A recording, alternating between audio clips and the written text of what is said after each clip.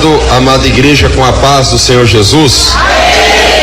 Pode louvar a Deus com as palmas. Orianda labasteia, tepa labacanda labasteia. Abra sua Bíblia comigo em Isaías capítulo 38. Isaías 38.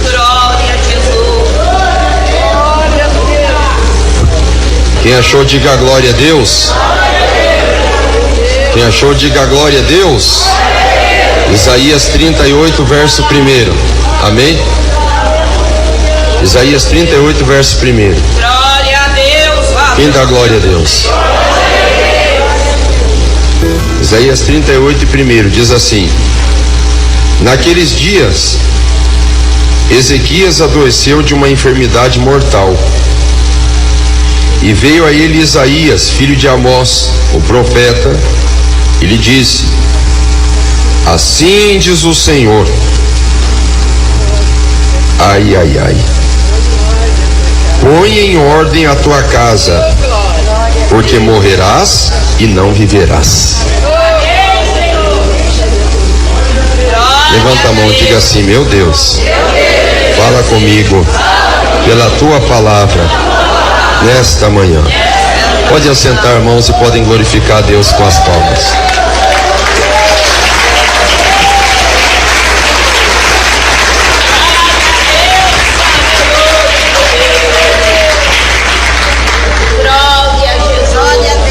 Queridos irmãos e irmãs, na semana passada, semana retrasada, eu estive visitando o cemitério vertical, ali na rua Konrad Adenauer, cemitério vertical.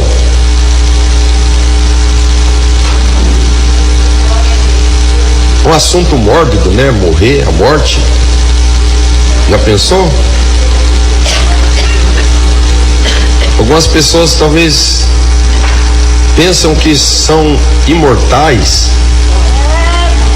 pisam nos outros, humilham os outros, xingam, vivem uma prática desordenada, fumando maconha o dia inteiro, cigarro, cachaça, prostituição, roubo, furto, agressão verbal, agressão física, o dia inteiro no WhatsApp, no Facebook, pensando que vão viver a vida inteira se exibindo na frente do espelho, postando fotos bonitas. A nossa vida em existência física aqui uma hora acaba. Vou fazer uma pergunta aqui: você está pronto para morrer? Você tem algum plano funerário?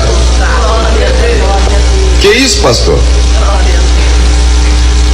Tem gente que diz assim: não é hora de falar nisso, daí morre e deixa a família pagando preço, né? E não é pouco. Incomoda quando é vivo, e a hora que morre incomoda mais ainda. Ô pastor, tem que ter sensibilidade, irmãos. Nós temos que ter sensibilidade, mas nós também temos que ter realidade. Está pronto para morrer. Alguém diz: não, isso aí não precisa tocar nesse assunto, que o pastor não sabe quando que eu vou morrer. Eu não sei quando que eu vou morrer. Então, é porque a gente não sabe quando que a gente vai morrer que a gente tem que pôr a casa em ordem. E o que é pôr a casa em ordem? Nós temos que entender pôr a casa em ordem basicamente em 3 sentidos. É muito mais do que isso, mas é só um resumo, até por causa do horário. Colocar a casa em ordem significa nós colocarmos em ordem a nossa vida social, pagar as contas. Sabia que tem crente caloteiro? E não só crente, frequentador também. E sabe, segundo algumas pesquisas, o que mais gera a personalidade caloteira é o consumismo de pessoas que querem ter uma vida de novela. E alguns até dizem assim: não, eu sou crente, eu não assisto novela. Mas sabe o que virou a novela dos crentes hoje? Facebook, WhatsApp. Virou novela da crentalhada, vive só acessando nas redes sociais o que não precisa, o que não edifica. E daí depois sai para gastar. E daí sai para gastar, torra os limites do cartão, até usa as divisas alheias de crédito. E daí estão lá com o nome no SPC. E tem uns que botaram até o nome da sogra no SPC, o nome do cunhado, alguns do genro, e assim vai, né? Irmão, nós temos que estar pronto para partir para a glória a qualquer momento, mas temos que estar pronto para morrer também. A nossa vida social tem que estar em dia. Isso quer dizer pôr a casa em ordem, com a vida social em dia. Não dever nada para ninguém. Eu não devo um centavo para ninguém, mas tem pessoa que você ofendeu, você não teve ainda coragem de pedir perdão. Você não é machão, corajoso, e não teve coragem de pedir perdão. Ou ainda pessoas que você talvez até pediu perdão, mas você mesmo não perdoou. A coisa está feia. Não adianta nada andar na doutrina, dizer que é crente e que corrige o erro de todo mundo e que é mais santo do que todo mundo e que daqui a pouco vai colocar meia dúzia de anjos no inferno porque é santão e não pede perdão e muito menos perdoou. Tem que botar a casa em ordem, meu querido. Tem que acertar as coisas, rapaz.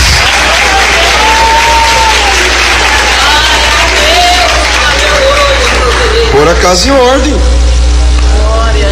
Pôr a casa em ordem também. Acertou a vida social, acertar a vida espiritual. Tem gente que quer atropelar a ordem, diz: não, eu vou acertar minha vida social. Bom, depois eu acerto, eu vou acertar minha vida espiritual. Eu estou cheio do Espírito Santo, estou falando em línguas estranhas, estou tendo revelação de Deus, não preciso nem pagar mais conta.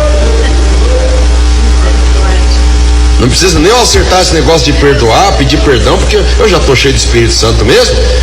Deus está aprovando a minha conduta. Aí, rapaz, eu já estou salvo. Rapaz, as coisas é por etapa, não é bem assim não. Você tem que fazer essas coisas sem omitir aquelas. Vida espiritual, vida social, vida social. Vai lá, paga as tuas contas. Ô Zaqueu, o negócio é o seguinte: você dá um jeitinho de acertar a tua vida. E não, se eu tenho defraudado alguém, eu restituirei, quadruplicado. Eu vou acertar as coisas. Tem que acertar as coisas. Primeiro você acerta as suas coisas sociais, depois você vai ver a sua vida espiritual.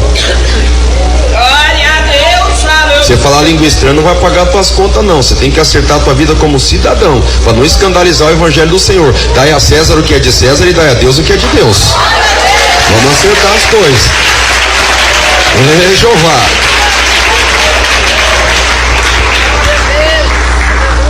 Põe a casa em ordem, mas pôr a vida espiritual. Tem pessoa que tem a vida como cidadão, tudo em ordem, mas a vida espiritual está desordenada. A vida espiritual é igual a um cemitério. Não sente a presença de Deus, não ora mais, não jejua mais, não lê a Bíblia. Está criando até teia de aranha na Bíblia dele, que está lá em cima do armário, da estante, da penteadeira, ou até jogado debaixo da cama com a capa arrancada. Põe a casa em ordem. Põe a casa em ordem. Deus dá um aviso para Ezequias: ô Ezequias, o negócio é o seguinte, rapaz, você põe a casa em ordem. E é incrível aqui a numeração bíblica aqui, que tem uma arma de fogo que é a mais temida de todo mundo, mais do que a pistola, porque é a mais popularizada, que é o tal do 38, o calibre 38, né? Então foi bem o 38 mesmo que o Isaías puxou para ele. Isaías 38, tá aqui, ó. Põe a tua casa em ordem, rapaz. Não tem nada de condição aqui não. Deus não está tratando condicionalmente. Deus não está dizendo: põe a tua casa em ordem, senão você vai morrer. Não. Deus falou: certamente morrerás. Não tem conversa. Aleluia. Põe a casa em ordem, porque morrerás e não viverás. Põe a casa em ordem. A Bíblia mostra um homem agora arrependido, né? O terceiro motivo de pôr a casa em ordem, eu já vou chegar lá. Calma aí. Quem está me acompanhando, dá glória a Deus.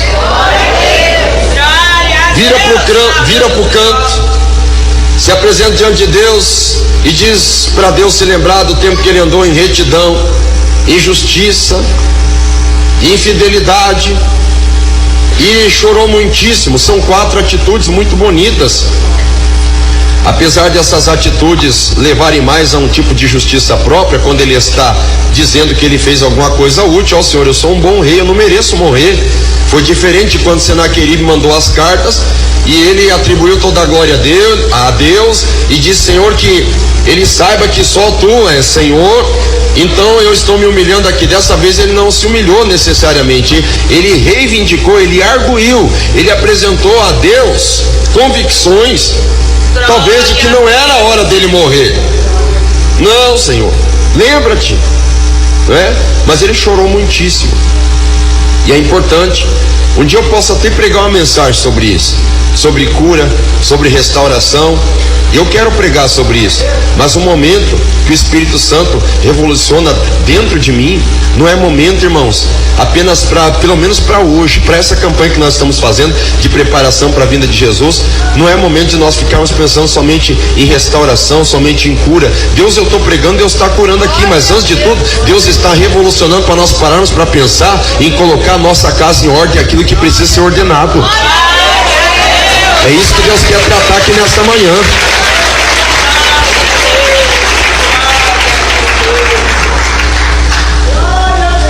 E Deus responde. Isaías nem está saindo do pátio central urbano de Jerusalém, e Deus fala, pode voltar lá, Isaías, volta lá porque o Ezequias se humilhou, e pode falar para ele lá que eu vou dar mais 15 anos de vida para ele. Vou dar mais 15 anos de vida para ele. Irmã, o que você faria com mais 15 anos de vida que Deus te desse? Contadinho no relógio, no cronômetro. O que você faria, irmão? O que você faria? Ah, Deus me deu 15 anos de vida. Oh, que bom, eu vou viver.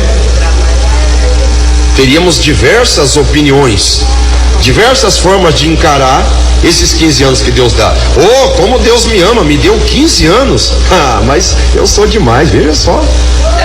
De Deus, aleluia. Só tem um detalhe, ele tinha 39 anos, porque a Bíblia diz que ele começou a reinar com 25 e reinou 29. Então ele morreu com 54. 54 menos 15, 39. Então ele tinha 39 anos aqui. Ele estava enfrentando uma grande dificuldade contra a Síria. A Babilônia estava rodeando por ali, amistosamente, mas na falsidade. E depois de tudo isso ainda vem uma enfermidade sobre a vida dele. Ele está com 39 anos, irmãos, é motivo, quando Deus já deu um aviso, põe a tua casa em ordem porque morrerás. Daí depois Deus diz, eu vou te dar 15 anos. Tem que entender o seguinte, Deus está me dando uma misericórdia aqui agora. Ele não está permitindo que eu morra. Eu vou ter que fazer o que Ele está mandando eu fazer. Eu tenho que botar a casa em ordem. Glória a Deus, aleluia. Só que ao invés dele entender isso no pé da risca, ele ainda, da maneira assim, entendendo Deus, irmãos, e Ezequias não foi um rei qualquer. A Bíblia chegou a dizer que Ezequias foi o melhor rei de Jerusalém, que não houve outro igual a ele, nem antes nem depois. Glória a Deus. Olha a restauração que ele promoveu, olha a santidade que ele elevou, o nível moral e comportamental de Jerusalém. Foi um grande rei. Ele entendia e conhecia quem era Deus, mas mesmo entendendo e conhecendo quem era Deus, ele ainda tentou. Eu entendo isso como uma tentação. Ele pede um sinal, ele pede uma prova. Isaías já falou para ele, ó, daqui 3 dias você vai poder entrar no templo de novo. Mas ele faz uma pergunta assim, olha, eu quero um sinal. Você quer um sinal? Calma lá, um profeta de Deus chegou a entregar um recado, uma profecia de Deus. E olha que Isaías foi profeta não somente no período de Ezequias, mas foi profeta também no período de seu pai, o rei Uzias, um rei carnal, mundano. Era um profeta tarimbado, não tinha por que ele duvidar da autenticidade profética de Isaías. Fala, não, eu quero um sinal. Isaías fala, não, Deus vai te dar um sinal. Deus vai te dar um sinal no relógio de Acás. Acás é o pai dele, e o pai dele constrói um tipo de relógio para marcar o tempo. Isaías diz, olha, o relógio vai avançar 10 graus.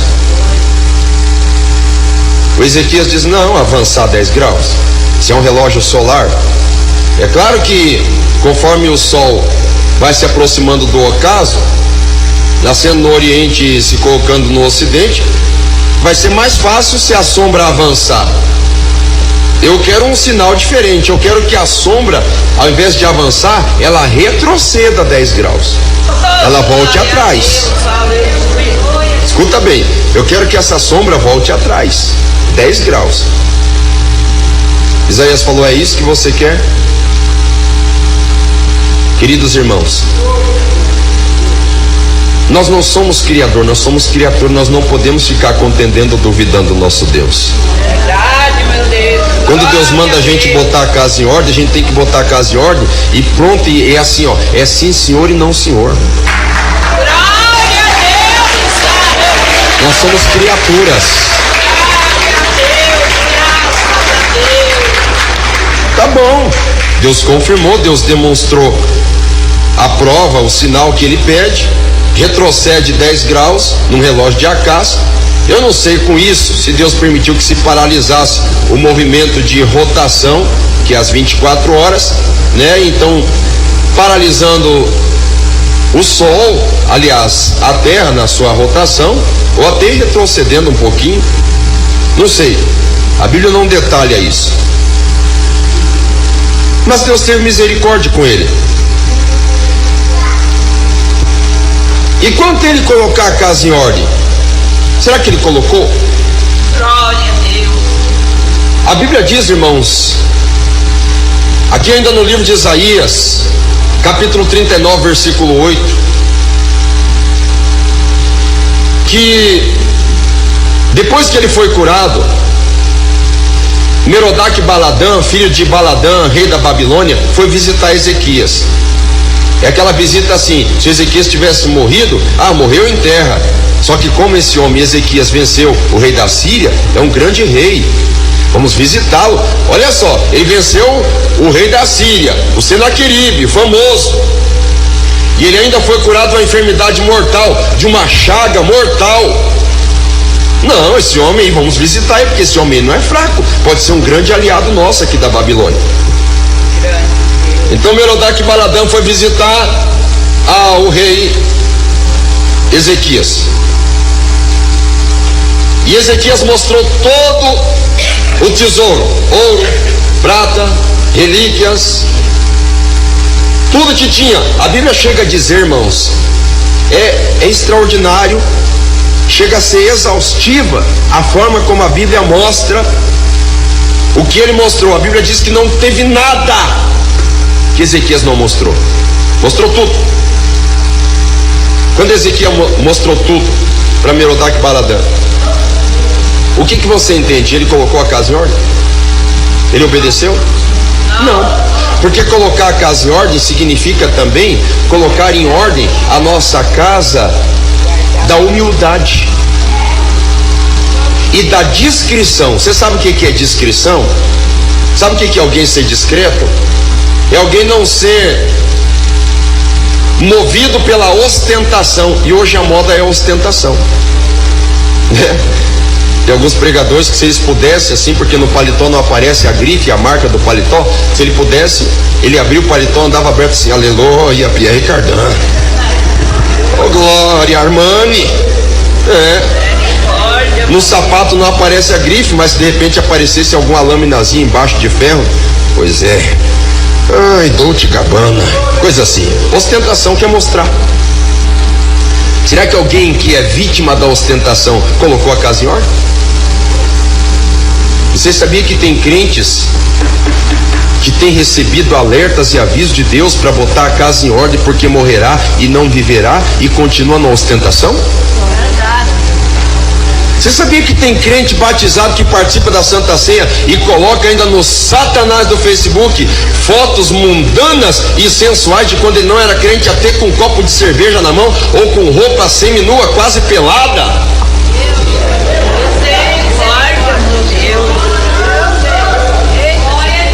Você quer que eu diga declaradamente o que é isso? Ostentação, orgulho. Ezequias se orgulhou. A Bíblia chega a dizer aqui, em 2 Crônicas 32 e 25, que ele não correspondeu ao benefício que Deus lhe fez. Ele não correspondeu. Ele colocou a casa em ordem? Colocou nada. Colocou nada. Não colocou a casa em ordem, a sua vida social. Não colocou em ordem a sua vida espiritual. Não colocou a casa em ordem. Não colocou. Grande Deus. E é o que acontece. Muitas pessoas às vezes são confrontadas, são intimadas por Deus para serem crentes sérios, sinceros, para colocar tudo em ordem, mas ele não quer colocar em ordem, ele quer bagunçar. Ou talvez não quer bagunçar, mas faz pouco caso do que Deus falou. Escuta uma coisa aqui, ó. Quem fez o pronunciamento não é presidente da república comedor de arroz e feijão. Quem faz o pronunciamento não é um prefeito municipal, não é um governador, não é um contador, um juiz ou advogado, ou um pastor como eu aqui, como vocês, sujeito à mesma paixão que você. Quem faz a convocação para botar a casa em ordem é Deus, e Ele exige que seja obedecido o que Ele fala. Põe a casa em ordem, Deus está falando.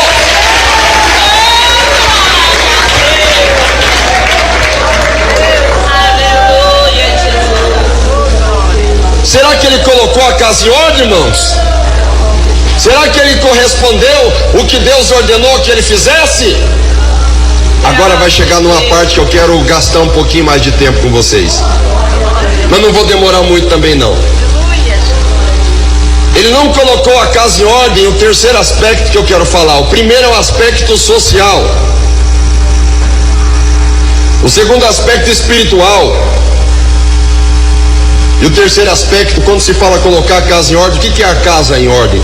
Quando Josué diz, eu e minha casa serviremos ao Senhor, será que é a casa que ele construiu? O que é então? É o quê? Família. Quando Josué diz, eu e minha casa, o que ele está querendo dizer? Eu e minha família. Será que Ezequias colocou a casa dele em ordem? Vamos ver.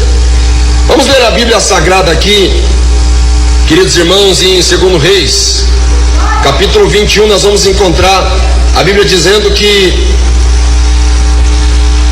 depois de Ezequias ter morrido nos seus 54 anos, o seu filho assume seu lugar. Como é o nome do filho de Ezequias? Manassés. Manassés assume o lugar do seu pai.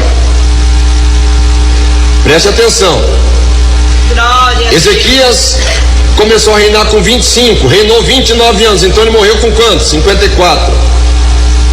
A Bíblia diz aqui, tinha Manassés 12 anos de idade quando começou a reinar.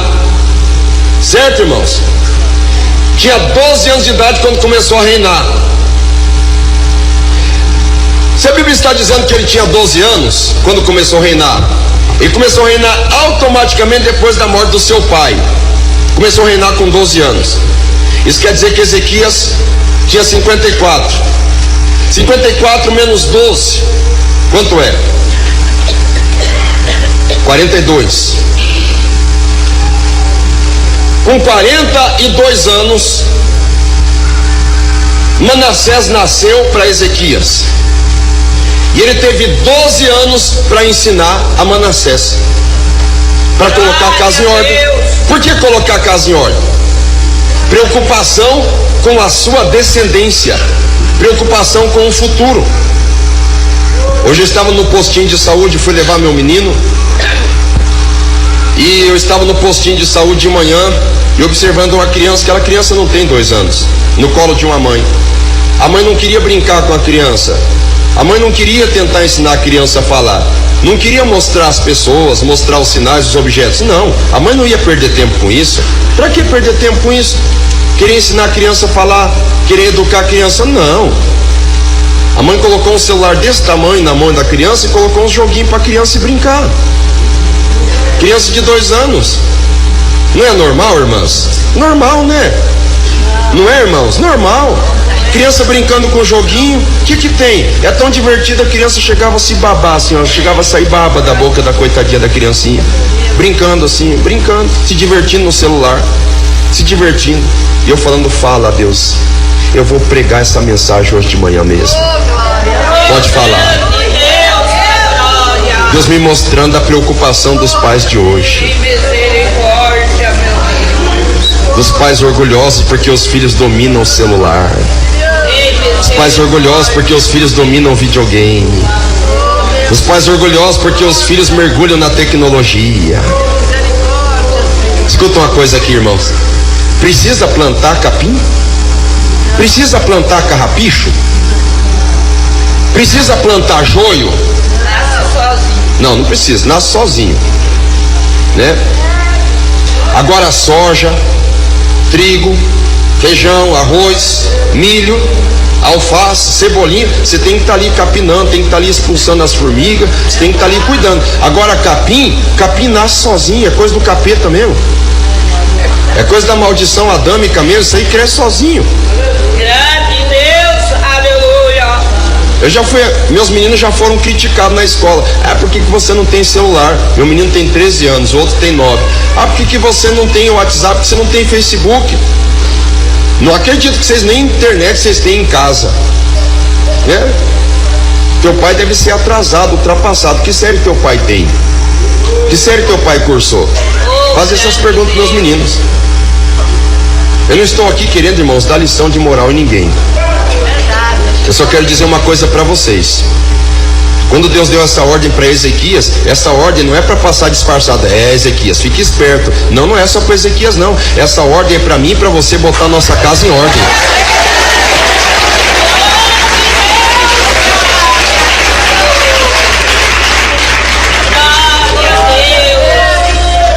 Ezequias teve quanto tempo para educar Manassés?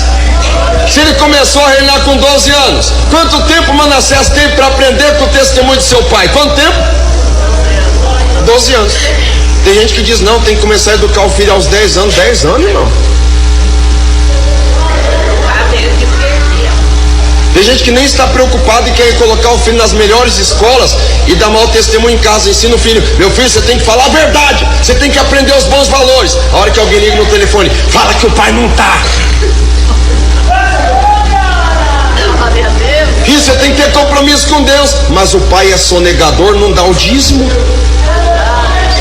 Filho, você tem que amar o próximo. Mas a hora que chega em casa, o filho vê o pai falando mal do pastor, vê o pai falando mal do ministério, o filho vê o pai falando mal dos irmãos da igreja, o filho vê o pai batendo na mãe, vê a mãe batendo no pai. É aquela contenda dentro de casa, parece que está dentro do inferno, não está dentro de um lar. E daí depois ainda quer ensinar bons valores para os filhos. Isso é bom exemplo? Põe a casa em ordem. Põe a casa em ordem. Põe a casa em ordem.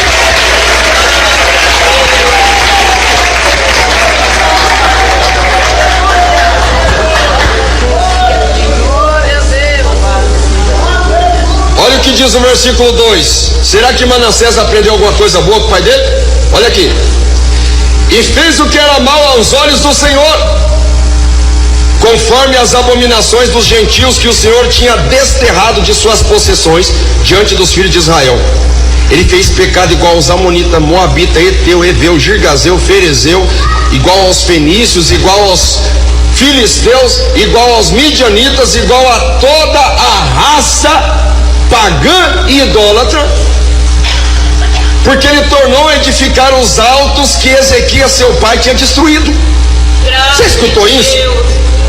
Ele tornou a edificar os altos que o seu pai tinha destruído. Ezequias chega lá nos lugares altos e derruba, pega um pedaço de pau, um porrete, pá nos postes ídolos, derruba tudo as idolatrias, arrasta os baalins, taca fogo nos altares estranhos. E o que Manassés faz? Chega lá e começa a construir tudo de novo. Levantou altares a Baal, fez um bosque como o que Acabe, o rei mais endemoniado de Israel, que nem judeu era lá do reino do norte, pois ele copiou um rei do norte. Você está me escutando? E se inclinou diante de todo o exército dos céus e o serviu. Quando diz exército dos céus, aqui a Bíblia não está tratando de Deus, o Senhor dos exércitos, de Yahvé de Sabaó, não. Quando a Bíblia diz de exército dos céus, é uma prática de necromancia, uma prática de astromancia, uma prática parecida até com o horóscopo e com a adoração ao zodíaco e a cabala pagã herdada da Babilônia.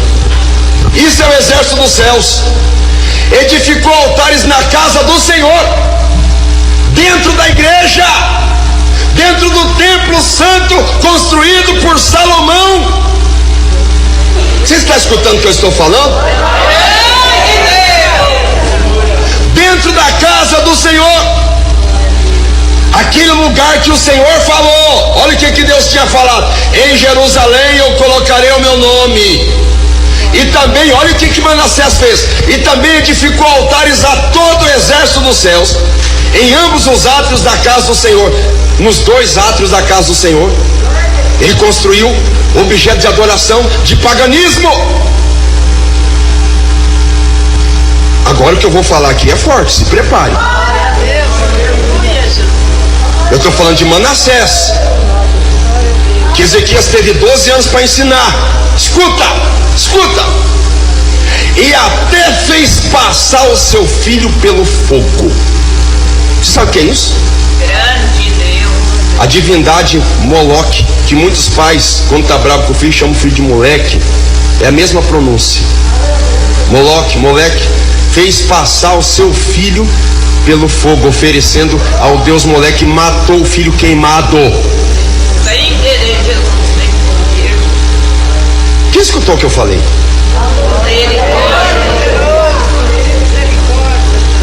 Queimou o neto de Ezequias.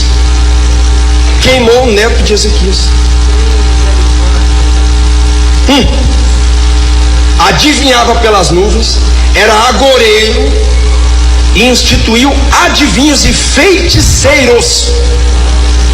Pensou, irmãos? E prosseguiu em fazer mal aos olhos do Senhor para o provocar a ira. Sabe o que dá a impressão aqui, irmãos? Que o menino odiava o pai dele. Dá a impressão aqui que o menino, se pudesse, ia matar o pai dele também. Na verdade, segundo a tradição, que nós vamos encontrar lá em Hebreus capítulo 11, 37, segundo a tradição judaica, Manassés mandou cortar o profeta Isaías no meio. Daí é fácil a gente acusar Manassés: é o rei mais endemoniado, é o rei mais perverso, é o rei mais bandido, é o rei mais satânico. Só que presta atenção o que Ezequias diz a hora que Isaías profetiza para ele, dizendo assim: olha, você mostrou para Merodach Baladã tudo que tem dentro do palácio. Sabe o que eles vão fazer? Eles vão levar os seus filhos como escravos e vão castrar os seus filhos, vão virar eunuco na Babilônia, rapaz. Sabe o que o Ezequias tem coragem de falar? A hora que Isaías profetiza esta palavra,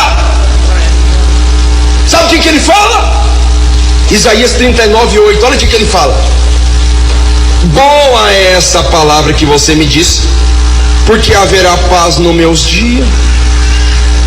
Tá bom essa palavra, vai ter paz nos meus dias. Ou seja, não acontecendo nada nos meus dias, enquanto eu estiver vivo, tá bom. A outra geração, me desculpe a palavra, a outra geração, filhos, neto, bisneto, que se dane.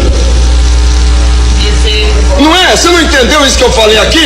Ele falou: não, é boa essa palavra. Tá bom, nos meus dias haverá paz e verdade. Para mim, eu vivendo bem, não acontecendo isso nos meus dias, eu não perdendo o meu trono bonito, tá bom. Anda lá bastéria, anda lá maná bastéria. Isso é um pai, isso é uma mãe. Por isso que às vezes alguns casais me procuram e dizem assim: eu vou me separar dela, porque eu odeio ela. Deus já passa a primeira pergunta: você tem filhos? A gente tem. Quantos? 3. Engraçado, os pais preocupados em se satisfazer seus desejos carnais, arrumam uma mulher mais nova, ou a mulher arruma um homem que ela julga ser mais bonito, parecendo com as atrizes de vida de novela dessas televisão do Satanás. Daí então abandona. Quem vai sofrer? A geração futura, filho, neto, bisneto, tudo vira bandido ou qualquer outra coisa. Põe a casa em ordem, põe a casa em ordem, põe a casa em ordem, diz o Senhor. Põe a casa em ordem.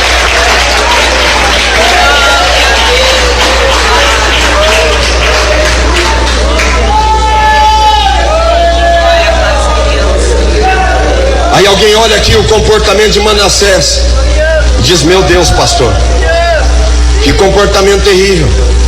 O que esse homem fez? O que aconteceu com esse homem? A Bíblia diz que ele pediu perdão, que ele se humilhou. Mas preste atenção, o que acontece? Escuta bem o que eu estou falando aqui, ó. O que acontece? 115 anos depois da profecia de Isaías contra Ezequias, Deus usa Ezequias para profetizar, mandando que Ezequias coloque a casa em ordem. Deus manda Ezequias colocar a casa em ordem. 115 anos depois, sabe o que acontece? Você sabe o que acontece? 115 anos depois, Manassés já tinha morrido, tinha passado já algumas gerações, 2 gerações no mínimo. 115 anos depois, olha o que a palavra diz aqui, Jeremias 15 primeiro. Jeremias 15 primeiro é na hora que o rei da Babilônia está cercando Jerusalém. O ano é aproximadamente 587 a.C. Lá está Jerusalém cercada. Olha o que Deus fala. O Senhor disse: ainda que Moisés e Samuel se colocassem diante de mim, a minha alma não seria com esse povo. Você sabe quem que é Samuel e Moisés? Os 2 maiores intercessores do Antigo Testamento. E Deus avisando: ainda que esses 2 homens, Samuel e Moisés, se colocassem na minha presença pedindo misericórdia por esse povo, eu não ia ter misericórdia desse povo. Vai escutando, vai acompanhando, vai acompanhando, vai escutando aí. Lança eles diante da minha face e saiam de perto de mim. E se eles te perguntar: para onde que nós vamos?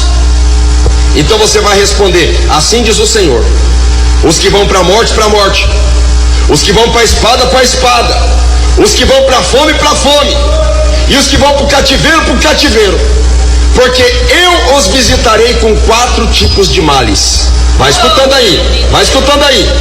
Diz o Senhor: com a espada para matar, com os cães para os arrastar, e com as aves do céu e os animais da terra para os devorar e destruir. Vai escutando, vai escutando.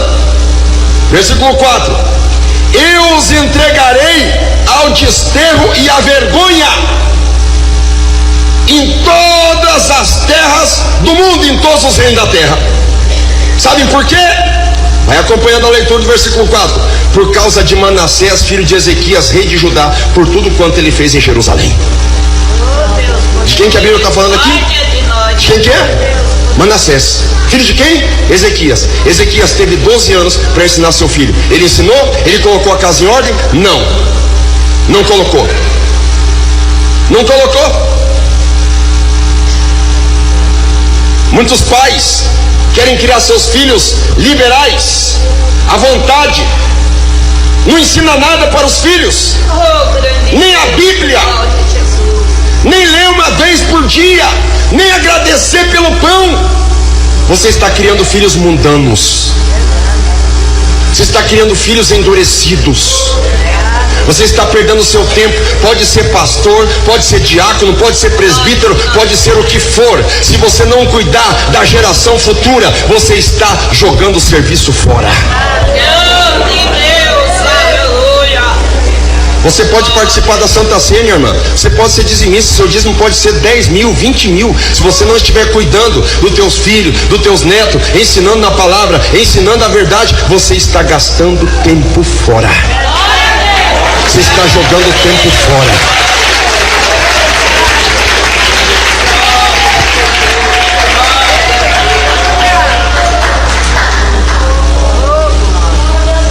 uns que dizem que Davi ganhou o mundo e perdeu a sua família. Há outros que dizem que Noé perdeu o mundo, mas ganhou sua família. Eu fico no ponto intermediário e acredito que Deus quer nos usar para que nós, junto com a nossa família, venhamos ganhar esse mundo através do nosso testemunho. É isso que eu entendo que o Evangelho nos ensina. É isso que a Bíblia quer dizer para nós desde Gênesis até Apocalipse. Glória a Deus, aleluia, meu Deus. Os irmãos que estão ouvindo o que eu estou falando aqui, eu tenho 36 anos já. Os nossos avós foram muito mais sérios que os nossos pais, apesar de serem católicos a maioria. Foram mais sérios que os nossos pais. E os nossos pais foram mais sérios do que nós. O meu pai, por exemplo, a geração do meu pai, eu tenho certeza que na minha geração, nós como pais, ainda somos mais sérios e mais crentes que os nossos filhos. Agora preste atenção no que eu vou falar. Acompanhando esse raciocínio que eu fiz aqui, como será os nossos netos? Os nossos bisnetos? Ah, pastor, eu vou para o céu, glória a Deus, você está que nem Ezequias? Ah, essa palavra é boa, porque haverá paz e verdade nos meus dias. Ó, para a geração futura aqui, ó, tô nem aí, ó. É assim? Será que tem algum Ezequias aqui no nosso meio?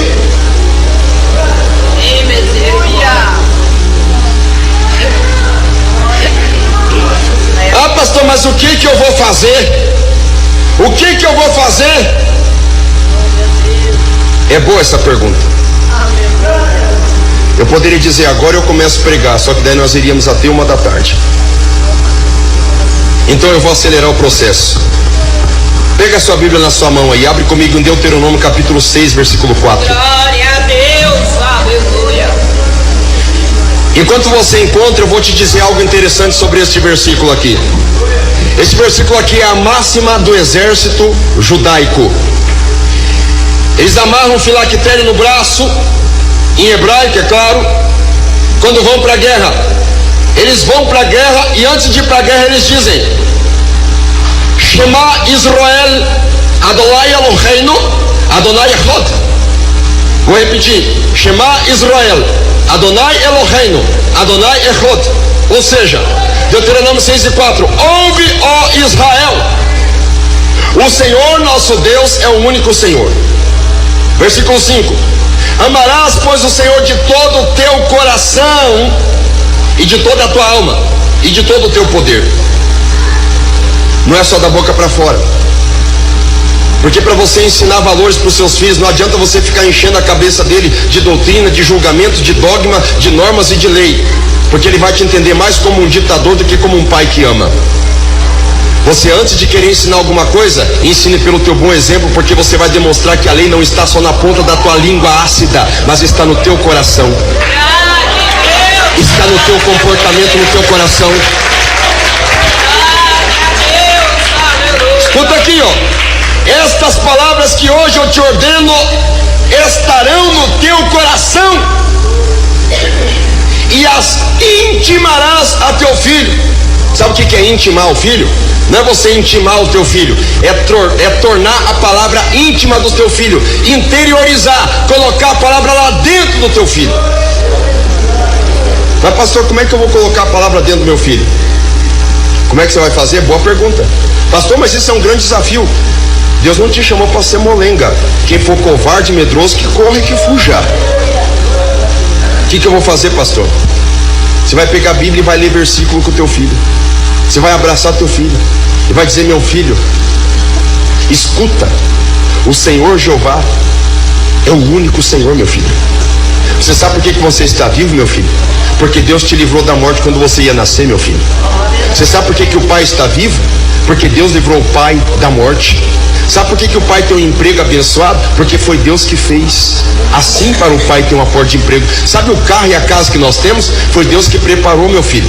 Você ainda era pequeno. Contar testemunho para o filho, explicar para o filho, dizer: meu filho, Esqueça a doutrinação diabólica das escolas. Esqueça a doutrinação diabólica do sistema ateísta que quer te desviar. Se não for Deus, meu filho, você não pode fazer nada, rapaz. Glória a Deus. Ensinar pro teu filho. Ensinar a verdade pro teu filho. Vai escutando aí. Estas palavras que hoje eu te ordeno estarão no teu coração, e as intimarás teus filhos, e delas falará assentado na sua casa. Olha só, assentado na sua casa, andando pelo caminho, deitando e levantando. Você entendeu? Você está sentado em casa, você está tomando café. Oh, glória, Deus é bom, né, filho? Deus é maravilhoso, né?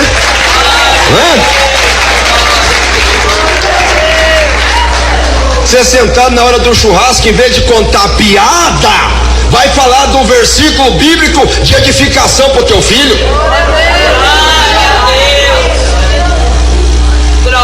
Assentado, olha aqui, e andando pelo caminho. Como assim andando pelo caminho, pastor? Se eu não tenho tempo, eu trabalho o dia inteiro. Ah, você não tem tempo? Então você vai ter que daqui um tempo encontrar um tempo para visitar teu filho na cadeia.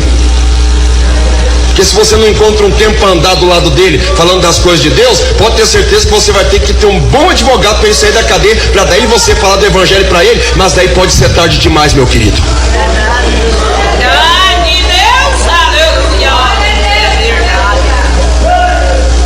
E não adianta nem querer reclamar, porque é Deus que está falando: põe a tua casa em ordem. Põe a casa em ordem enquanto dá tempo. Põe a tua casa em ordem.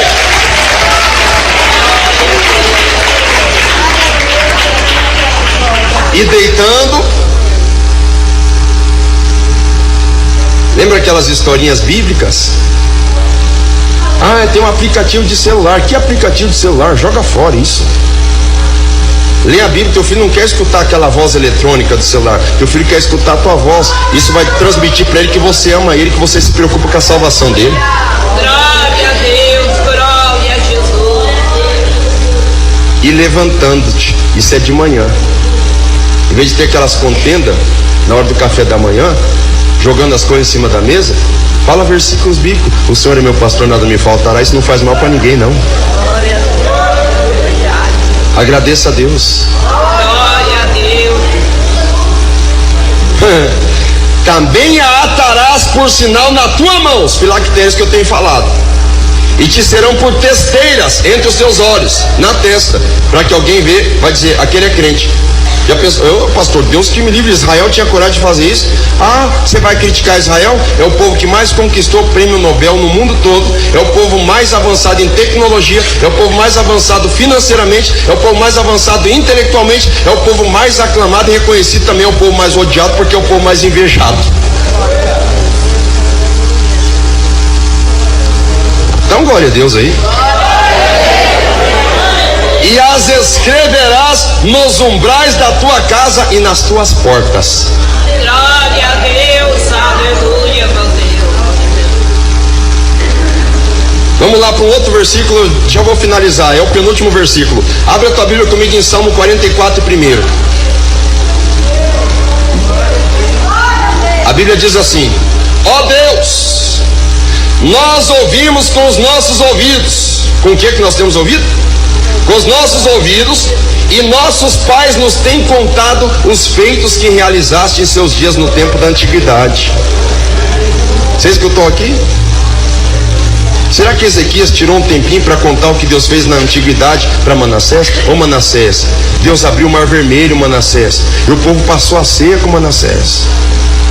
Deus é tremendo, Manassés. E Deus que conferiu e confirmou esse reino para você. Ô Manassés, coloca a coisa na tua cabeça, rapaz. Você faz parte da linhagem de onde virá o Messias. Glória a Deus, glória a Jesus. Será que ele fez isso? Vamos tornar mais pessoal o discurso. Será que você tem feito isso? Você tem contado testemunho para o teu filho? Ou você está preocupado em fazer seu filho saber dos escândalos, das fofocas, das mentiras, das calúnias? ou da política? Porque o que tem de pais falando tanto de política que até os filhos estão aprendendo política. O que não for deputado ou vereador vai virar assassino de político. Que de tanto que se aprende política, tanto se fala, mas se fala pouco de Bíblia e pouco de testemunho que Deus faz. Você já contou pro teu filho o livramento que Deus te deu pro teu coração? Você já contou pro teu filho o livramento que Deus te deu do acidente de carro? Você já contou pro teu filho a porta de emprego que Deus te abriu? Você já contou pro teu filho que o teu nome está escrito no céu no livro da vida e que se ele obedecer a Deus ele vai para lá também? Põe a casa em ordem, diz a palavra. Põe a casa em ordem. Aleluia. Quem dá glória a Deus? Agora eu finalizei. Finalizei agora, é verdade. Salmo 78:2. Abrirei a boca numa parábola e proporei enigmas da antiguidade, os quais temos ouvido e sabido, e os nossos pais nos têm contado. E nós não encobriremos aos filhos, mostrando a geração futura. Preocupação com neto, bisneto, tataraneto e assim sucessivamente. Ah, pastor, mas Jesus vai voltar logo. Isso é papo de preguiçoso. Jesus pode voltar amanhã, mas pode demorar mais tempo para voltar, rapaz. Glória a Deus. Isso é conversa mole, isso é a conversa de quem não quer ter cuidado com a família. Deixa eu te falar, o que não tem cuidado dos seus, negou a fé e é pior do que o infiel. Você escutou bem?